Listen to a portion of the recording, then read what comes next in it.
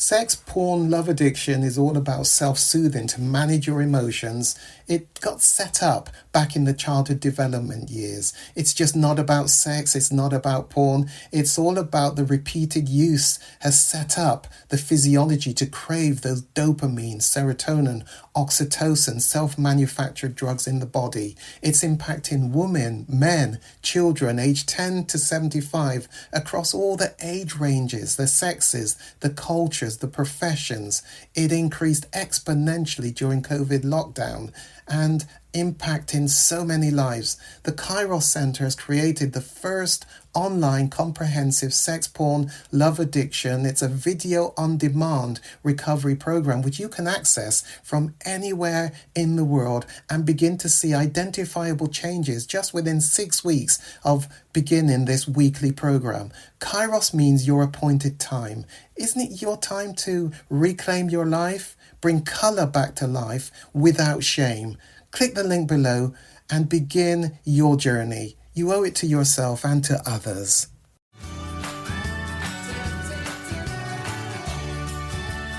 And so I am hemorrhaging in my 40s. What's that got to do with being left in Jamaica, age 18 months to 6?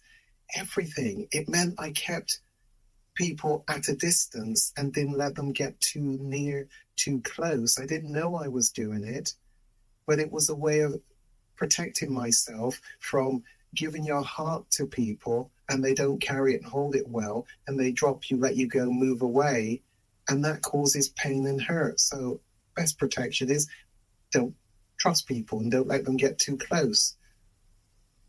It didn't work because as human beings, and COVID's testament to that, we need interaction with other people. That's the way we're designed as human beings.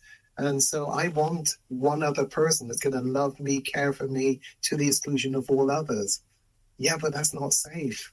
Yeah, but I need somebody. I call it the push me, pull you. I need you, I want you, but you're not safe. You might let me go one day. And so that push me, pull you thing goes on. But it's in my 40s, really, that it comes to a head where I realize I don't really know who I am. And that's a strange thing to say. And I use this to illustrate it. Inside here is this little guy who has built layers of protection to avoid hurt. So the inner child is deep in there. So if somebody said, stand up, the real Gary, I don't know which one is the real Gary's going to stand up. So I have to go on a journey to find me in there somewhere. And I know I kept seeing red when I see my mum. And I'm angry with her and I'm upset with her. And yet this is the bravest woman in the world to me that I love. She left all her family to come over to this country to give us, sacrifice for us. She would empty her purse to buy us ice cream from the ice cream van. I loved her, but I was angry and I didn't understand why I was seeing red, because there's something my brain is carrying that says she rejected me, she let me go. Now that's not logic, but that's what my brain experienced. So it meant in adulthood, in my way of doing it was to avoid getting close to adults and letting them too close to me. For others, they will try and fill the void with lots of relationships, but they're likely controlling those relationships, and certainly don't let your heart go to that person until you've tested them.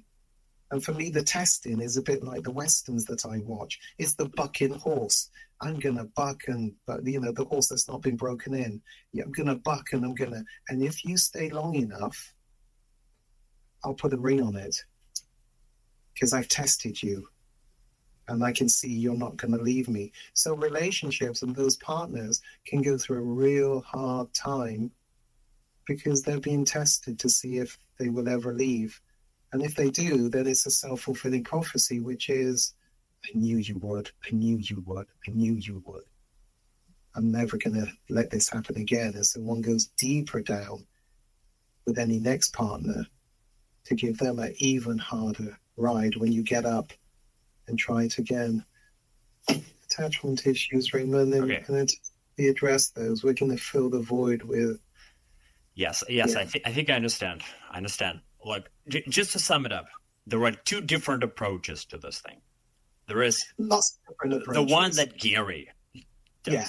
He says that you need to heal for 1 year. So let's say you stopped your addiction, then you went sober for 1 year, then you healed that void, and now you're ready to create that relationship. Okay, my approach is different. Because Gary's approach is more like a therapist. My approach is more like a coach, because I look into the future and I push you to get those goals that you want. And that's why I tell you to work on your, yes, grieve, heal a little bit, but then start taking action toward the relationship. And Eldon asked this question, and basically what he said was this: Roman told me last week, since I'm 21, I need to focus on having sex and having fun. I'm doing amazing.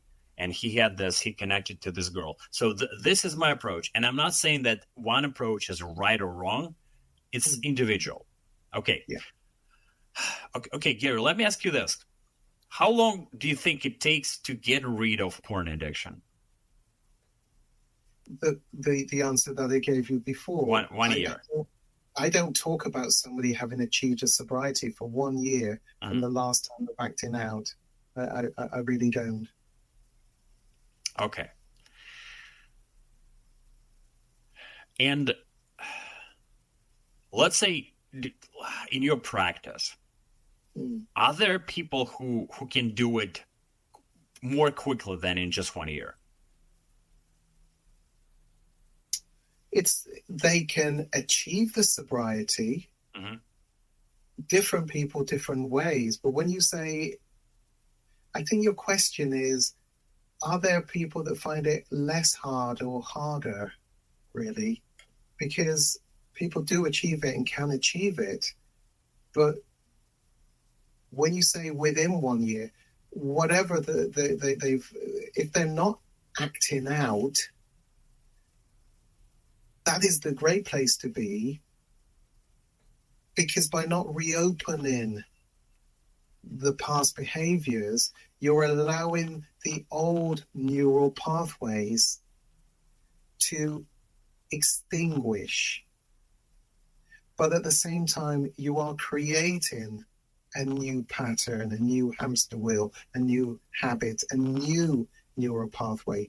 If you don't fill the void of taking the old one out with something else, then the brain will find another to fill its place. Because in this work, Roman, it's not often that there will just be one addiction. Typically, there is a co-addiction waiting in the wings to fill the void of the porn or the sex that comes down.